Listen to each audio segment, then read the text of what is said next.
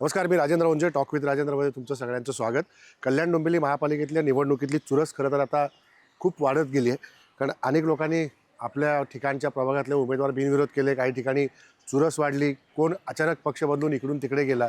अशा सगळ्या गोष्टी कल्याण डोंबिवलीत घडत असल्यामुळं राज्याचं आत्ताचं महापालिका निवडणुकीतलं सगळ्यात केंद्रित असलेलं ठिकाण म्हणजे कल्याण डोंबिवली आहे. त्यामुळे या प्रभाग 22मध्ये मी आत्ता येऊन पोहोचलो आहे. प्रकाश भोईर भाजपचे उमेदवार आपल्यासोबत आहेत. स्वागत तुमचं आणि खूप शुभेच्छा. धन्यवाद. निवडणूक वेगळ्या रंगात येऊन पोहोचली आहे, याच्याविषयी आपल्याला त्यांच्याशी बोलायचं आहे. मला पहिलाच प्रश्न विचारायचा आहे की अर्ज माघारीपर्यंत डोंबिवलीमध्ये खूप धाकधुकीचं वातावरण होतं. प्रत्येकजण धावत होता, आपण बिनविरोध निघालो पाहिजे, आपण बिनविरोध निघाला पाहिजे. हे सगळं चित्र बघितल्यावर तुम्हाला काय वाटतं की ही निवडणूक उत्सुकतेकडे गेली आहे की चुरस वाढत जाणार आता? सुरस म्हणण्यापेक्षा खऱ्या अर्थाने निवडणूक लढवण्याला आता मजा यायला लागली आहे. अच्छा. हा, कारण निवडणूक लढवायला लोकांना मतदान करायला जाऊन खऱ्या अर्थाने लोकप्रतिनिधी निवडून दिल्यानंतर हां. आणि म्हणजे बिनविरोध झाल्यानंतर मला लोकांपर्यंत पोचता येणार नाही. आता लोकांपर्यंत पोचलो, त्यांच्या समस्या जाणल्या, तर पुढची 5 वर्ष मला त्यांच्या समस्यांवर काम करता येतील. बरोबर आहे.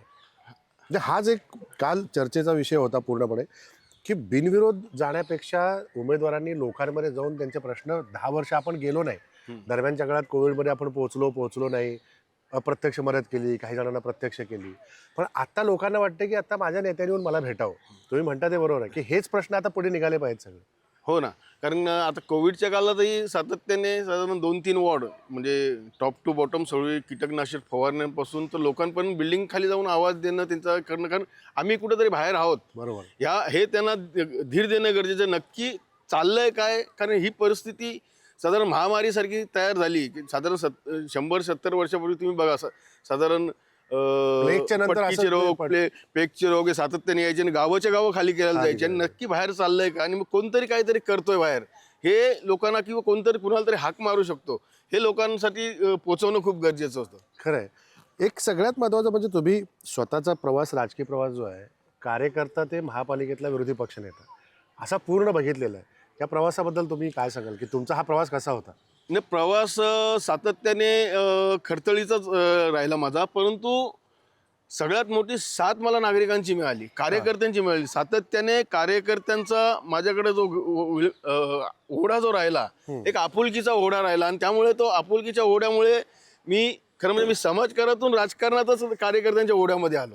म्हणजे समाजकारण करणं, सातत्याने 16-17 वर्षापासून समाजकारण करणं आणि मग कुठेतरी राजकीय हे मिळावं, आधार मिळावा, या दृष्टिकोनातून कार्यकर्त्यांनी मला एक पूजनीय शिवसेना प्रमुखाच्या आशीर्वादाखाली शाखा प्रमुख म्हणून नेमणूक आली. निवडणूक नाही लढवायची म्हटलं तरी पण त्यांनी निवडणूक लढवली पाहिजे या दृष्टिकोनातून मला उभं केलं.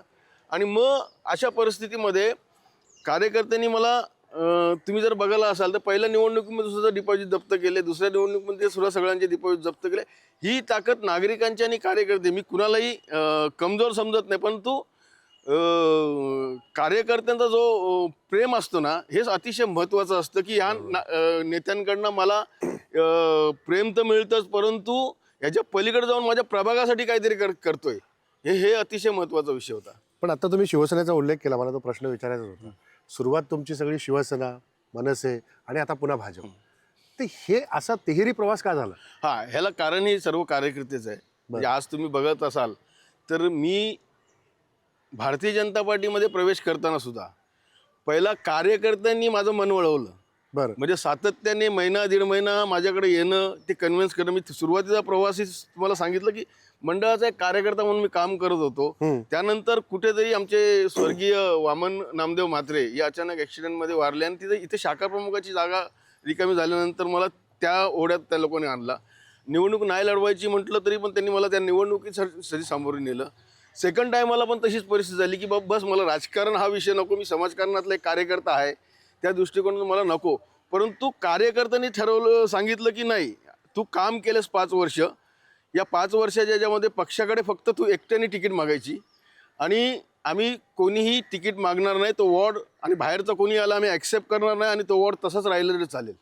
तू आमच्यातला कोणीही तिकीट पक्षाकडे मागणार नाही. एकमेव माझी तिकीट मागितली आणि त्यावेळेसही मला भरघोस मतांनी त्यावेळेस निवडून दिलं. त्यानंतर परिस्थिती अशी आली की त्यावेळेस अपक्ष म्हणून निवडून आला? नाही, सेकंड टाइम शिवसेनेतून निवडून आलो. परंतु सेकंड टाइम परिस्थिती अशी झाली की मला तिकीट नाही म्हणून म्हटलं स्थानिक नेतृत्व आणि इतर सगळ्या गोष्टीत. मी म्हटलं ठीक आहे, बस चांगली गोष्ट आहे, दुसऱ्या कुणाला तरी संधी मिळेल. परंतु कार्यकर्त्यांनी पुन्हा जमून तेच केलं की माझी विशेष सौभाग्य होती सरोज प्रकाश भोईर हिला तयार केली, कारण मी तोपर्यंत मला अशी परिस्थिती येईल अशी जाणवली नव्हती. मग शाळेचे दाखले तिचे काढून आणण्यापासून सर्व कार्यकर्त्यांनी केलं. आणि मग त्यांनी सांगितलं की नाही, आमच्या घरात जरी आता पक्षाने तिकीट दिली तरी आम्ही वहिनींना निवडून देणार, तुम्ही वहिनींना उभी करायची, निवडून आणण्याची जबाबदारी माझी. इथपासून त्यांनी केलं आणि मला सांगितलं की तू दुसऱ्या प्रभागात जाऊन उभं राहायचं, इकडे निवडून आणण्याची जबाबदारी आमची, कारण काही शक्ती रोखणं गरजेचं आहे होतं.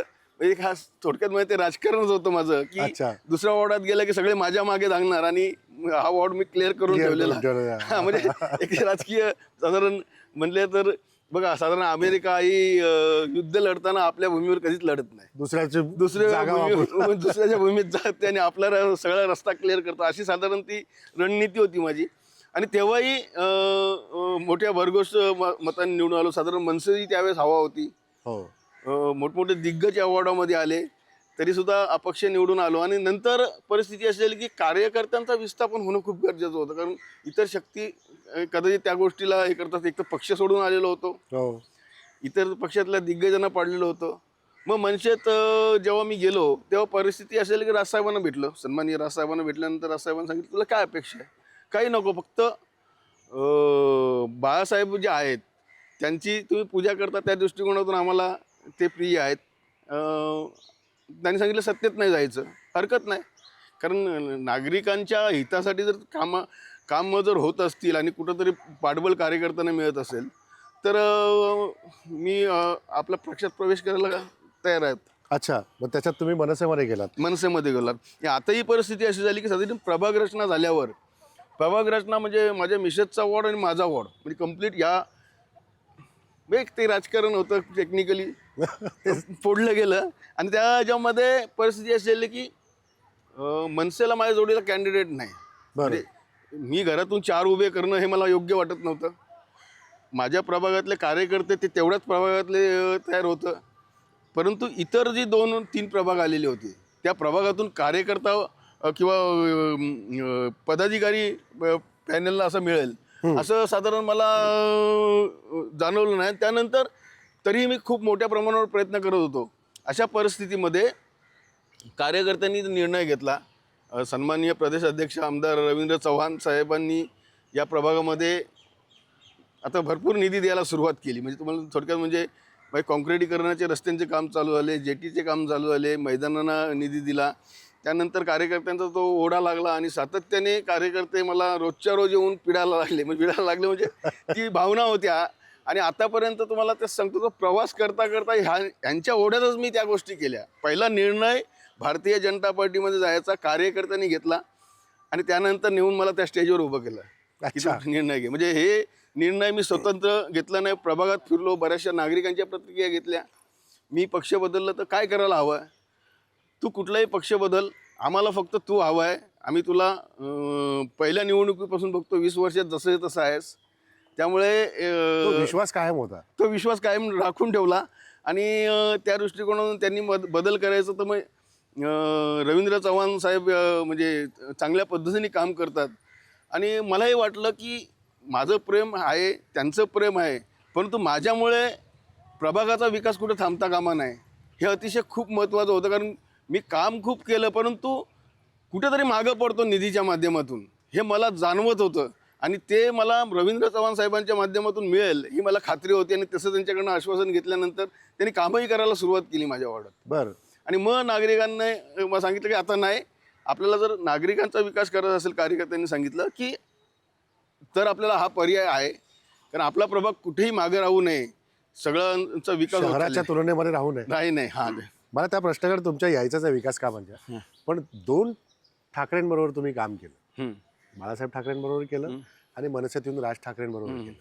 आता हे दोन्ही ठाकरे या निवडणुकीत एकत्र आहेत आणि हेच ठाकरे म्हणजे राज ठाकरे वगळता बाळासाहेब ठाकरे जेव्हा भाजपसोबत होते त्या भाजपसोबत तुम्ही आहात. त्यामुळे ह्या निवडणुकीतलं हे ठाकरे बंधूंची युती आणि त्यांच्याबरोबर काम करून परत त्यांच्या समोरच्या पक्षात राष्ट्रीय पक्षात जाऊन काम करणं, हे कसं तुम्ही समीकरण जुळवतात. किती झालं तरी केंद्रामध्ये नरेंद्र मोदीजी चांगले काम करतात, राज्यामध्ये देवेंद्र फडणवीस जरी चांगलेच काम करतात, परंतु माझा केंद्रबिंदू नेहमी बाळासाहेब ठाकरेच राहील. अच्छा. कारण माझं केंद्र बाळासाहेबांच्या त्या स्वभावाला आणि त्या निर्णयाला आणि त्या महाराष्ट्र प्रेमाला, ते हिंदुत्वाला हे बघून मी पक्षात प्रवेश केला. मी सामाजिक कार्यकर्ता आहे. बाळासाहेबांच्या त्या प्रभावी नेतृत्वाकडे बघूनच मी पक्षात काम करायला सुरुवात केलेली होती. अच्छा, ते बाळासाहेबांच्या विचारांचे ते संस्कार कायम आणि सोबत आहेत. आणि भारतीय जनता पार्टी बरोबर ते हिंदुत्वाचं आहेत. म्हणजे आता तुम्हाला तर माहिती आहे, हिंदुत्व हे भारतीय जनता पार्टींनी चांगल्या पद्धतीने गेली 10 वर्ष मोदी साहेबांच्या माध्यमातून राम मंदिर असो किंवा पाकिस्तानला धडा शिकवणं असो, 307 कलम असो, या सातत्याने त्या दिशेला नेलं आहे. आणि खऱ्या अर्थाने मोदीजींनी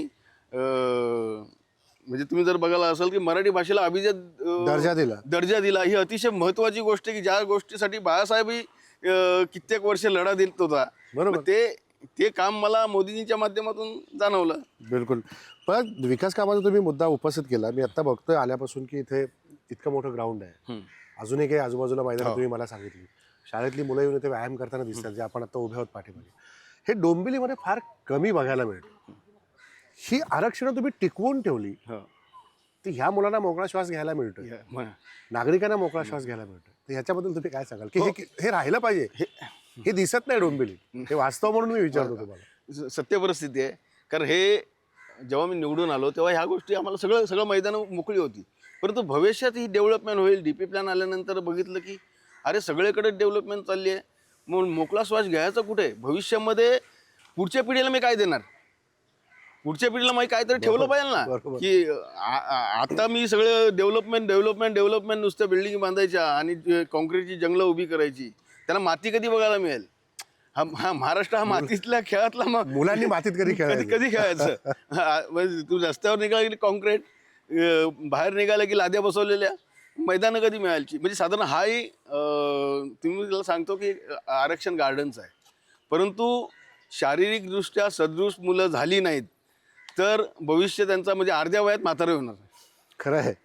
अर्ध्या वयात म्हातारी होणार. ऑक्सिजन नाही मिळाला तर कुठून काय मिळेल? ऑक्सिजन नाही मिळाला, खेळायला शारीरिक व्यायाम नाही मिळाला तर त्या गोष्टी होणार. कारण त्या दृष्टिकोनातून साधारण एक माझ्या अगोदरच्या ट्रममध्ये जितेंद्र भोईर यांनी तो JB गार्डन ठेवला, तो राखून ठेवला आहे. साधारण 1 एकरची मी शाळा, जी तुम्ही जर आता बघायला शाळेचं बांधकाम तर प्रायव्हेटिकेशन आहे. मी स्वतंत्र वाचनालय उभं केलं आहे CRC मध्ये, ज्याच्यामध्ये MPSC UPSCची पोरं शिकतात आणि सरकारी नोकऱ्या त्यांना लागलेल्या आहेत. म्हणजे अक्षरशः सरकारी नोकऱ्या, जी मुलं इतर परीक्षामध्ये पास होऊन ते पुढे गेलेली आहेत. म्हणजे मंत्रालयात लागलेली आहेत, पोलीस भरतीमध्ये लागलेली आहेत. आणि खऱ्या अर्थाने काहीतरी केलं, म्हणजे भले 10-12 पोरं लागली असतील पण काहीतरी आयुष्यात करायला मिळालं, हा एक समाधान आहे. इकडे जाल तुम्ही खेळणे बसवलेली आहेत, मी मुलं खेळायला जातात. तुम्ही पुढे गेलं स्मशानभूमी, दफनभूमी ह्याही मी राखून ठेवलेल्या आहेत. छोटासा ज्येष्ठ नागरिक कट्टा बनवून ठेवलेला आहे. वाचनालय, छोटी वाचनालय उभी केलेली आहेत, जेणेकरून वाचनापासून लोक दूर जाता कामा नये. या गोष्टी खऱ्या अर्थाने नागरिकांच्या प्रेमापोटी आम्हाला कराव्यात लागल्या आणि ते करायची इच्छाही होती. बिलकुल. मी आल्यावर बघितलं की ते काही मार्किंग पण करून ठेवलेलं होतं.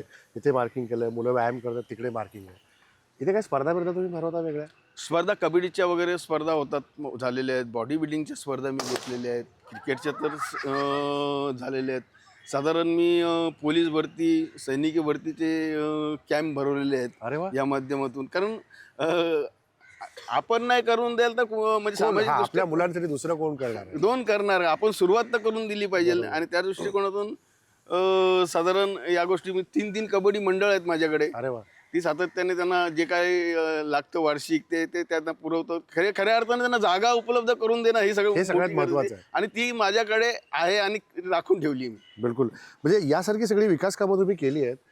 पण याच्या पुढे जाऊन तुम्हाला आत्ता काय वाटतंय की अजून मला या प्रभागासाठी किंवा या इकडच्या तुमच्या भागासाठी किंवा ताई ज्या वार्डात उभ्या आहेत तिकडचं असेल तर तिथे अजून काय करणं बाकी आहे की ह्या लोकांना मला अजून ह्या सुविधा देणं बाकी आहे, यासाठी मला प्रयत्न करायचा? नाही, मला एक सातत्याने एक गोष्ट खंत वाटते. म्हणजे त्यासाठी मी निधीही उपलब्ध केलेला होता. मुलांसाठी अभ्यासिका. अच्छा. अभ्यासिका म्हणजे तुम्ही जर बघायला गेलं तर पुढे गेला तर चालकरी वर्ग आहे मोठ्या प्रमाणात, हो जो 80-85 नंतर या ठिकाणी डेव्हलप झाला. त्यांची 10x10ची रूम, 10x15ची रूम, साधारण इथे असलेले 1 BHK बिल्डिंग्समध्ये रूम आहेत. परंतु त्या बिल्डिंगमध्ये राहताना किंवा त्या चाळीमध्ये राहताना त्या मुलांना अभ्यास करायला जागा नाही हो. खरं आहे. अभ्यास करायला सांगाल तर घरी आल्यानंतर टी व्ही चालू असतो, किचन बाजूला असते, ते किचनचा आवाज असतो, गॅसवर काहीतरी बनवायचं असतं, भांड्यांचा आवाज, कपड्यांचा आवाज. ती मुलं अभ्यास कधी करणार? त्यांची इच्छा खूप असते अभ्यास करायची. मग त्यासाठी स्वतंत्र मी तुम्हाला मगाशी उदाहरण दिलं की अभ्यासिका मी तयार करून का ठेवली, की सकाळी जाणारी मुलं म्हणजे पार्ट टाईम जॉब करतात आणि मग 10-10:30च्या आतमध्ये वाचनालय किंवा अभ्यासिका बंद होतात. मग मी त्यांना स्वतंत्र केली. आज तुम्ही जर बघत असाल, जी मुलं जॉबला लागली त्या वाचनालयाच्या माध्यमातून पूर्णपणे ते सांभाळतात. तिथे मला एक आता पुस्तकही आणून द्यावं लागत नाही, एक लाईटही आणून म्हणजे एखादा बल्ब गेला तोही आणून द्यावा लागेल. दादा आता आम्हाला तुम्ही तयार केलं, म्हणजे त्यांना त्यांची जाणीव तुम्ही करून दिली. आता हे आम्ही सांभाळणार, वा. हे आता आम्ही सांभाळणार. पुढच्या पिढीला पुढचं कोणीही आला तरी पण त्याला आम्ही सांभाळणार आणि ते सांभाळतात. अरे वा. सांभाळतात. ते खूप समाधानी आहे. समाधान, कारण महापालिका बनवून देऊ शकते, मेंटेनन्स नाही करू शकत, ते देखभाल व्यवस्थित करू शकत नाही. खरं आहे. हां, आणि हे त्यांनी जबाबदारी घेतलेत आणि त्यांनी मला एक गोष्ट अजून समाधानी आहेत की त्यांना नवीन प्रशिक्षक किंवा शिक्षक मला द्यावं लागणार नाही. ते कारण ते स्वतः शिकतायत शिकलेले आहेत आणि आणि ते इतरांना पण गाईड करतील. इतर गाईड करतील त्या पद्धतीने. म्हणजे मला कोणी पगारावर नोकर ठेवायची गरज नाही. बरोबर. आणि ते जर स्वतः शिकून त्यांना मुलांना शिकवत असतील तर ते मनापासून शिकवतील. एक जॉब म्हणून किंवा पगारावर शिकवलं माझं असं काय असणार जबाबदारी अजिबात नाही. माझ्यासारखा तोही तयार झाला पाहिजे वा. या ती दृष्टिकोनातून. भूमिका खूप चांगली आहे की इतरांना तयार करायचं. पण ह्याच्याबरोबर एक दुसरा महत्त्वाचा प्रश्न आहे डोंबिवलीतला, तो म्हणजे आरोग्याचा, जो आपल्या टप्प्यामध्ये खूप मेजर आहे. कोविडच्या काळात तो प्रकर्षाने जाणवला, कारण तुम्ही त्या सातत्याने त्याच्यामध्ये काम करता. तिन्ही पक्षांना तुम्ही तुमची भूमिका खूप स्पष्टपणे मांडली.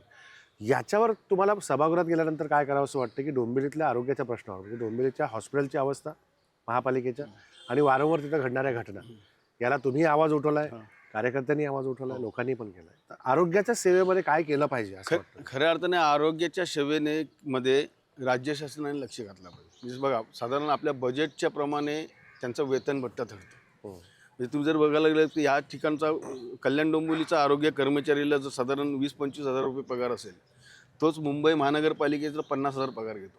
तफावत आहे. कारण तो तुमचा जो वेतन आहे किंवा तुमची जी वार्षिक बजेट आहे, त्या बजेटवर त्याचं वेतन ठरतं. आणि तो मुंबई महापालिकेचा बजेट तुम्हाला माहिती आहे. हो. त्या दृष्टिकोनातून मग डॉक्टरांना भरती करावे तर त्या वेतनावर त्यांच्या शिक्षणाच्या तुलनेतून त्यांना वेतन मिळतच नाही. बरोबर. आणि मग त्यापेक्षा त्यांना स्वतंत्र प्रॅक्टिस केलेली परवडते. कारण सरकारी कामगार असताना बऱ्याचशा जबाबदाऱ्या त्यांना स्वीकाराव्या लागतात. कारण एखादा मृत झाला, एखाद्या डिलेव्हरीच्या वेळेस काही झाला तर त्यांना उत्तर द्यावं लागतं, लेखी उत्तर द्यावं लागतात गव्हर्नमेंटला. साधारण प्रायव्हेटला तशा गोष्टी खूप कमी प्रमाणावर होतात. मग ती जबाबदारी घ्यावी आणि कमी वेतनावर काम करावं, आयुष्यभर शिक्षण घेतलेलं असतं, हे साहजिकच आहे. मग जर ह्या गोष्टी राज्य शासनाने जर लक्ष घातलं की बाबा नाही, ही जबाबदारी काही गोष्टी मुंबई महानगरपालिकेच्या नियमाच्या पलीकडे जातात, तर राज्य शासन हे करू शकतं. कारण नगरविकास हे खात्याच्या अखत्यारीत ही सरकारी संस्था बनलेली असते. मग तिथं शिथिलपणा आणू शकतात. कारण मुंबई महानगरपालिकाचा स्वतंत्र कायदा आहे, ते स्वतः निर्णय घेऊ शकतात. परंतु आम्हाला एखादा स्वतंत्र निर्णय घ्यायचा असेल तर आम्हाला सभागृहात ठराव करून राज्य शासनाकडे उचित कारवाईसाठी पाठवावं लागतं. हो. आणि मग त्यांनी निर्णय घेतला की तो अखंड महाराष्ट्राला लागू होतो. म्हणजे हे नियमाने असल्यामुळे या अडचणी होतात. त्या दृष्टिकोनातून जर राज्य शासनाने या महानगरपालिकेचे हॉस्पिटल आहेत हे स्वतंत्र आपल्याकडे घेतले आणि त्यांची देखभालीवर लक्ष दिलं तर सगळ्या गोष्टी सुरळीत होऊ शकतात. बिलकुल. पण आता याच्यामध्ये पूर्वी तुम्ही वॉर्ड पद्धतीने निवडणुकी लढलेल्या आहेत सगळ्या. आता ही पॅनलमध्ये प्रभागाच्या पद्धतीने निवडणूक होती. तर या निवडणुकीला तुम्हाला कसं सामोरं जावं लागतं की म्हणजे आता पूर्ण प्रभाग, 4 वॉर्डांचा एक प्रभाग. पूर्वी आपल्या वार्डापुरतं आपण तेवढं काम करायचो, पण आता 4 वॉर्डाचं काम तुम्हाला करायचं. ही नवी संधी असं तुम्ही म्हणता? हो, नवीन संधी आहे. पुढच्या म्हणजे राजकारणात असताना हे प्रभाग वाढणं किंवा आता जे प्रभाग वाढलेले आहेत याच्यासाठी खऱ्या अर्थाने नवी संधी मिळणार. मी माझा प्रभागात ज्या पद्धतीने काम करत आलोय त्याच पद्धतीने मला तोही प्रभाग या प्रभागाला जॉईन कसं करता येईल, ह्या सुविधा मी ज्या म्हणजे माझ्या टेक्निकनी किंवा माझ्या आयडियानी नागरिकांच्या किंवा कार्यकर्त्यांच्या सहकार्याने ज्या गोष्टी केल्या तेच मी त्या ठिकाणी नेण्याचा प्रयत्न करीन. त्यात आता आमचे आमदार सारखे रवींद्र चव्हाण साहेब सारखे आमदार लाभलेले आहेत, जे महाराष्ट्र प्रदेश अध्यक्ष आहेत भारतीय जनता पार्टीचे, मोठ्या प्रमाणावर निधी उपलब्ध करून देतील खात्री आहे. म्हणजे खात्री आहे. आतापर्यंत त्या पक्षात नसताना सुद्धा त्यांनी मला कधी नाही म्हटलं नाहीत, परंतु मला मर्यादा होती. बरं, आता मी स्वतः त्यांच्याच पक्षात आहे. म्हणजे आता तर काय हक्कानी मागू शकतो. आता तर त्यांच्या बाजू म्हणजे हक्कानी मागू शकतो. घरचं आहे माझ्या. नाही, आणि त्याच्यात दुसरा आत्ता वेगळा प्रश्न मला तुम्हाला विचारायचा आहे की भाजप, शिवसेना आणि मनसेमध्ये असताना तुम्ही महापालिकेत विरोधी पक्षनेता पण होता. हो तुम्हाला जिल्हाध्यक्षपद मनसेने दिलं. हो. पण सोडताना भावना काय होत्या? कारण राज ठाकरेंनी सांगितलं की बाळासाहेबांना जसं तुम्ही जपलंय तसंच माझ्या पक्षात त्याच घरचा वारसा पुढे घेऊन जा. हो. तर सोडताना काय भावना? नाही, सोडताना खऱ्या अर्थाने खरोखर दुःख झालं. कारण मी पक्ष म्हणून काम केलं, एक टीमवर्क म्हणून मी बनवण्याचा प्रयत्न केला. परंतु ज्या नागरिकांनी, ज्या कार्यकर्त्यांनी मला घडवलंय, ज्या नागरिकांनी मला निवडून दिलं सातत्याने, बघा जरी पक्ष सोडला तरी त्या भावना मरत नाही सगळ्यांच्या. जे प्रेम आहे ते आहे. मी मनसे सोडतानाही टीका केली नाही, काय करायची म्हणून टीका केली नाही. परंतु मी एक वेगळा असाही निर्णय घेतला की नाही, आता बस झालं, निवडणूक लढवायचं नाही. कारण निवडणूक लढवून कार्यकर्त्यांना त्रास देणं आणि मग ते त्यांना हिरमुसलेपणा होणं हे मला जमण्यासारखं नव्हतं. सातत्याने त्यांनी माझ्या बाबतीमध्ये विजय बघितलेला होता. परंतु कार्यकर्त्यांनी ते थांबवलंच नाहीत की नाही, आपल्याला ह्या माध्यमातून निवडणूक लढवायचीच आहे. आणि रवींद्र चव्हाणसारखं नेतृत्व आपल्याकडं आहे, ते सातत्याने आपल्याला दरवाजा खुला ठेवलेला आहे त्यांनी. आणि त्या दृष्टिकोनातून आपल्याला तिकडे जाणं खूप गरजेचं आहे, की नागरिकांसाठी जाणं गरजेचं आहे. की हा प्रभागाचा आतापर्यंत आपण ज्या राखलेल्या गोष्टी आहेत की इतर कोणावर काय भरोसा ठेवणार, या दृष्टिकोनातून त्यांनी सातत्याने हा प्रयत्न केला. आणि मला तुम्हाला मगाशी म्हटलं की मला स्टेजवर आणून बसवलं अक्षरशः. म्हणजे तुम्हाला सांगतो की तुम्ही नाही प्रवेश करायचा हा निर्णय कार्यकर्त्यांनी घेतलाय. तुम्ही कुणालाही विचारा, कार्यकर्त्यांनी घेतलाय. नागरिकांच्या प्रतिक्रिया घेतल्या पहिल्या आणि त्यानंतर महिना दीड महिन्याच्या नंतर हा निर्णय झाला. जड मनाने घेतला. सन्माननीय राजसाहेबांनाही भेटलो, सन्माननीय राजूदादांनाही भेटलो आणि परिस्थिती त्यांना जाणवून दिली त्या गोष्टीची. त्यांनी म्हटलं की नाही आता कुठलाही नेता म्हणून की जा म्हणून, पण त्यांनी म्हटलं की नाही परिस्थिती बघ तू, म्हणजे थांबच. पण आता कार्यकर्त्यांना ज्यांनी मला घडवलं आहे त्यांना मी कसं सोडू हा म्हणजे हा निर्णय घेणं एवढं सोपं नव्हतं. खूप खूप खूप वेदना झाल्या निर्णय घेताना. म्हणजे हा सगळा फ्लॅशबॅक डोळ्यासमोर होता. हो, कारण 15 वर्ष सातत्याने त्या पक्षात काम केलं, तन मन धन लावून काम केलं आणि तेव्हाही कार्यकर्ते माझ्यासोबत होती. आणि आता निर्णय घेताना त्यांच्या निर्णयापुढे मी नाकारूच शकत नाही. कारण शेवटी किती झालं तर ते माझे घरचे आहेत सगळे कार्यकर्ते आणि पदाधिकारी. आणि त्यांच्या निर्णयाला मी बगल देऊ शकत नाही. खूप त्यांना विरोध केला. म्हणजे असं तुम्हाला सांगतो रागवायचो अक्षरशः. कधी कधी म्हणजे वेगळ्या पद्धतीने त्यांच्याशी बोलायचो, याला घाबरायचे. पण परिस्थिती अशी झाली की मला थांबवणंच कठीण झालं त्यांना.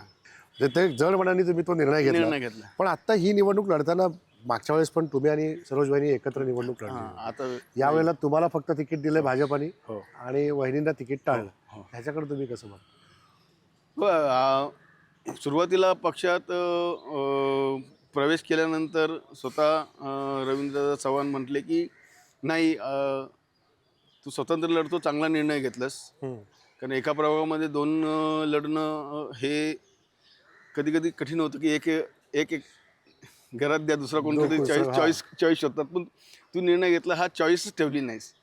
परंतु युतीची घोषणा झाली आणि मग युतीची घोषणा झाली. मी जिल्हा अध्यक्ष या पदावर काम केल्यामुळे मला जाणीव आहे की कार्यकर्त्यांना कशा पद्धतीने नाकारताना काय वेदना होतात नेत्यांच्या.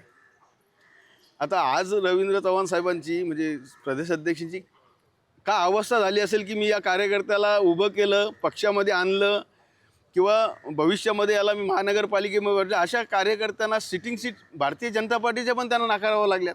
हो.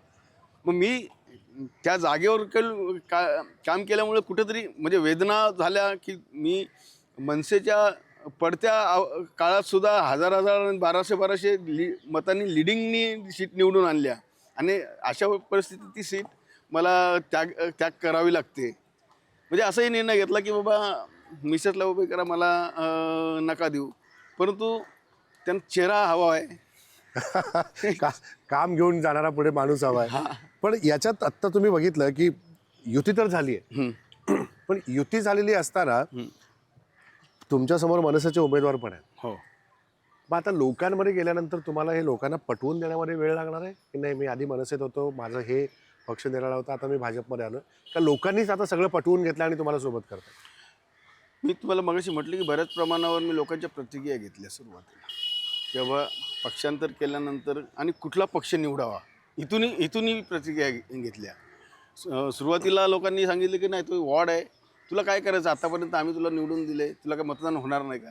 परंतु त्यांना प्रभाग जेव्हा सांगितले, आणखी 3 प्रभाग मला जोडले गेले, त्या मतांच्या तुल्यबलामध्ये आपण कमी पडणार, तुम्ही मतदान करणार हो. पण मग तेव्हा सांगितलं की नाही आता आपल्याला निर्णय घ्यावा लागेल, कारण आपला मतदान आणि पक्षाचा मतदान मिळून आपल्याला विजयाच्या दिशेने नक्कीच नेईल या दृष्टिकोनातून. त्यामुळे मला त्या गोष्टीचं थोडंसं कमी त्रास होईल की बाबा मी आता बदललंय, नवीन आलोय तुमच्यासमोर, असं काही नाही. असं खूप कमी प्रमाणावर होईल. कारण त्या कालावधीमध्ये मी सोसायट्यांना काही ठराविक नागरिकांना भेटून हा निर्णय घेतलेला आहे. अच्छा. हां, म्हणजे त्यामुळे जे मला साथ देतात अशा लोकांना सगळे हे गोष्टी माहिती आहे आणि तेच प्रचार प्रचार करणार आहेत. तुमच्या प्रभागामध्ये आगरी, स्थानिक आणि कोकणी लोक हे खूप मोठ्या प्रमाणात आहेत. हो. आणि या दोन्ही समाजातल्या लोकांना सांस्कृतिक गोष्टी करणं, कार्यक्रम करणं ह्या जास्त आवडतात. तर ह्याला सोबत तुम्ही कसं दोघांचं समन्वय दोघांमध्ये कसं साधतं की आगरी महोत्सव पण होतो, कोकणी समितीचा पण महोत्सव होतो, कोकणातले वेगवेगळे स्टॉल्स पण असतात, तर यांना सोबत घेऊन तुम्ही कसं जाता एकत्र? ह्या दोघांना एकत्र कसं? बघा, कार्यकर्ता म्हटलं आणि एखादा केंद्रबिंदू त्यांनी ठरवला की तो जातपात नाही बघत की हा या जातीचा त्या जातीचा. जर सोबत घेऊन जाणारा कार्यकर्ता जर मिळाला त्यांना, मग तो आगरी असो, कोकणी असो, मालवणी असो किंवा देशस्थ असो, किंवा तो एखादा कार्यकर्ता चांगला आहे ना, तो जातपात बघत नाही ना, तो आगरी आहे म्हणून आगऱ्यांना झुपतं माप देत नाही ना, कोकण्यांना झुपतं माप देत नाही ना. कार्यक्रम करताना हळदी कुंकूसारखा समारंभ असो, कबड्डी स्पर्धा असो, किंवा बघा आता तुम्ही एक साधी गोष्ट देतो, कुस्ती खेळताना कोणी जात बघतं का? नाही, ह्या जातीचा जिंकला, हा जातीचा पडला. कबड्डी खेळताना मी याची तंगडी पकडली, ह्या जातीचा म्हणून मी तंगडी खेळणार का? म्हणजे या मैदानात उतरल्यानंतर मी त्या दृष्टिकोनातून बघतो की नाही ही सगळी माझी आहेत. ठीक आहे, स्थानिक लोकांना त्यांचा अधिकार असतो, तोही देण्याचा प्रयत्न करतो. कारण महाराष्ट्रात मराठी माणसासारखा किंवा जे स्थानिक हिंदुत्ववाली लोक आहेत तीही हे करणार. जसं मी इतर प्रांतामध्ये गेलो की मला त्याला प्राधान्य देणं गरजेचं असतं, तसं त्या दृष्टिकोनातून हे सगळं एकोप्याने पुढे घेऊन जायचं. हो, एकोप्याने पुढे नेण्याचा प्रयत्न. अजूनही काही बरेच प्रश्न प्रकाशजींबरोबर बोलायचे आहेत चटपटीत माझ्यासोबत. चला, भाजप उमेदवार प्रकाश भोईर यांच्यावर आपण बोलतोय. मला अजून काही प्रश्न त्यांना विचारायचे आहेत. त्याच्यामध्ये सगळ्यात महत्त्वाचं म्हणजे अनेक विकास कामं तुम्ही मगाशी मला सांगितली, पण या विकास कामांच्या बरोबर तुम्हाला असे कोणती प्रकर्षाने गोष्ट जाणवते की ही कामं केली आहेत, हा तुमच्या पूर्ण करिअरमधला एक माइलस्टोन आहे, एक मैलाचा दगड आहे की याच्यामुळे मला खूप काही गोष्टी लोकांसाठी करण्याची उमेद मिळाली? खऱ्या अर्थाने DFCC जी उरण पोटपाटून तर दिल्ली ही रेल्वे मालवाहू जाते, त्यासाठी बरीचसे लोक बाधित होणार होती आणि ती केंद्र शासनाला फाईट करायची होती. 2010 साली जी योजना आली त्यानंतर यांना विस्थापन कसं करायचं, कारण चाळी असल्यामुळे 7-12 मालकांच्या नावावर हे रजिस्टर केलेले नव्हते आणि ॲग्रीमेंट रजिस्टर नसल्यामुळे त्यांना विस्थापित कसं करायचं. सातत्याने ज्या पॉईंट टू पॉईंट मी आणलं केंद्र शासन राज्य शासनाला, कारण ही योजना केंद्र शासन करते आणि राज्य शासन ही जमिनी हस्तांतरित करते. मग ह्यांच्यासाठी काहीतरी केलं पाहिजे की 2010 साली हे जेव्हा ही सुरुवात झाली तेव्हा माझ्या गोष्ट एक लक्षात होती की ही मालवाहू गाडी आहे, केंद्राला अरबो करोडो रुपयाचा ह्याचं उत्पन्न होणार आहे आणि ही एक योजना आहे, एक प्रकल्प आहे. एक प्रकल्प म्हणून तुम्ही घोषित करा आणि प्रकल्पाच्या माध्यमातून एक गोष्ट मला लक्षात होती की कायदा हा नागरिकांसाठी असतो. म्हणजे त्या नियमानुसार मी त्यांना सांगितलं की हे पहिलं इथं वसलेले आहेत, त्यानंतर तुम्ही त्याच्यावर आरक्षण टाकलेलं आहे, त्यांचा अधिकार अगोदर आहे. आणि त्या माध्यमातून पहिल्यांदा असं झालं असेल की राहत्या लोकांना घरं मिळवून दिली, जागा सातबारे होते त्यांना जागेचा मोबदलाही मिळवून दिला. म्हणजे तुम्ही जर बघत असाल की ज्यांनी घरं नाही घेतली तर 14,17,000 रुपये जो 2010 सालाच्या अगोदरपासून राहतात त्याला रेल्वेने त्यांच्या खात्यात दिले. म्हणजे कॅश वगैरे नाही, त्यांच्या खाते उघडले आणि त्यांच्या खात्यात दिले, बँक ट्रान्सफर केलं, बँक ट्रान्सफर केलं आणि जो राहतोय त्याला BSUP मध्ये घरं दिली. मग BSUP मध्ये घरं देताना BSUP जेव्हा योजना आली आमच्याकडे महानगरपालिकेमध्ये, त्यांनी आम्हाला योजना आणताना सांगितलं की या ठिकाणी जेव्हा रस्ते रुंदीकरण होईल किंवा गार्डनवर काही आरक्षणावर बांधकामं झालेली आहेत त्यांना आपण त्या ठिकाणी विस्थापन करू त्यांचं. परंतु केंद्र शासनाने एक अशी अट टाकलेली की जिथे राहतात शहरी गरिबांना घरं तेवढी दिली पाहिजे. आणि मग अशा परिस्थितीमध्ये तो कायदा शिथिल करण्यासाठी मी पहिला तिकडे बोट दाखवला. अच्छा, की नाही, एक केंद्राने ते याच्यावर आरक्षण टाकले, जर तुम्हाला या लोकांना विस्थापन करायचं असेल तर तुम्ही BSUP मध्ये करू शकता, BSUP मध्ये करू शकता. कारण आणि मग BSUP योजना ही एकट्याने बनवलेली नाही, महानगरपालिका, केंद्र शासन, राज्य शासन आणि राज्य शासनाच्या माध्यमातून ही योजना असल्यामुळे किंवा केंद्र शासन पण ह्या लोकांच्या टॅक्समधनं ही योजना झालेली आहे. त्याला घर मिळालं पाहिजे. मग त्याला तो मोबदला केंद्र शासनाने महापालिकेला दिलंच पाहिजे. बरोबर, कारण गरज केंद्र शासनाची आहे, राज्य शासनाला ते मिळालंच पाहिजे. या दृष्टिकोनातून त्यांना आज समाधान आहे की गेली 10 वर्ष मला त्याचा पाठपुरावा करावा लागला, होईल की नाही टांगती तलवार होती. परंतु मी साधारण देवीचा पाडा ते साधारण आयरेपर्यंत, म्हणजे आता त्यानंतर त्यांनी नियमच बनवून घेतला. अच्छा, म्हणजे साधारण DFCC मध्ये जेवढे पण विस्थापित झाले त्या सगळ्यांना इकडे म्हणजे अधिकृताला म्हणजे विस्थापनाचे 14,17,000 म्हणजे अधिकृत इमारती होत्या त्यांनाही 14,17,000 रुपये मिळाले. हे खूप समाधानकारक काम मी केलं. ही गोष्ट खूप तुम्हाला जवळची वाटते. आता मी बघतोय आल्यापासून इकडे डोंबिवली पश्चिमेत फिरताना चाळींचं प्रमाण खूप आहे. पूर्वी डोंबिवली चाळीच होत्या, पण अजूनही पश्चिमेकडे चाळी ह्या तुमच्या प्रभागात जास्त दिसतात. तर ह्या चाळकऱ्यांसाठीची काय योजना तुम्हाला आहे की ह्यांच्यासाठी काय करायला लागेल? हो, साधारण या चाली म्हणजे उभारताना साधारण 86च्या नंतर या चाळकरी हा वर्ग झाला डिपॉझिट, पागडी आणि ओनरशिपच्या माध्यमातून. परंतु तो पूर्ण FSI वापरला. म्हणजे मुंबई महापालिकेला 4चा FS आहे, इकडे 0.10चा FS आहे. त्यामुळे हे याचं डेव्हलपमेंट होऊ शकत नाही. बरं, मग यासाठी वेगळी योजना आणणं गरजेचं आहे. म्हणजे कोण म्हणत असं अशा डेव्हलपमेंट शक्य नाही त्या गोष्टी, काही नियमावली त्याला आहेतच. मग ह्यासाठी आम्ही पहिल्या सभागृहामध्ये ते क्लस्टर योजनेचं राज्य शासनाला पाठवलेलं आहे. आता जर राज्यात आणि केंद्रात सरकार जर युती सरकार आहे तर महापालिकेत आली की सहजरित्या आम्हाला त्या आमच्या नेत्यांकडनं करून घेता येतील की या चालकरी वर्गाला कुठंतरी अधिकृत इमारतीमध्ये जाता येईल. बरोबर, हे 100% होईल. कारण त्याला नियमावली लागते आणि नियमावलीमध्ये आम्ही साधारण तो ठराव तिकडे पाठवलेला आहे आणि त्याचा ठरावाची पूर्तता सन्माननीय देवेंद्र फडणवीस, सन्माननीय एकनाथजी शिंदे आणि आमचे लाडके सगळ्यांचे आमदार रवींद्र चव्हाण हे करून घेतील मला खात्री आहे. हे उद्दिष्ट पूर्ण करणार. या चाळकरी वर्गांना ती योजना आणून देणार आणि त्यांना स्वतंत्र हक्काचा अधिकृत घर मिळवण्याचा पूर्णपणे प्रयत्न करणार. इकडे पश्चिमेकडे येताना तुमच्या 22 प्रभागामध्ये रेती बंदरकडे जाणारा रस्ता आहे. इथं जेटीचा पण तुम्ही पाठपुरावा करत होता की ते जेटी झाली पाहिजे आणि त्या पद्धतीने बंदर म्हणून त्याचा विकास झाला पाहिजे. तर याच्यात पुढे तुम्ही कुठपर्यंत पोहोचलात? मी आता त्या गोष्टीला खूप जवळ पोचलोय. कारण खऱ्या अर्थाने महाराष्ट्र मेरिटाईम बोर्ड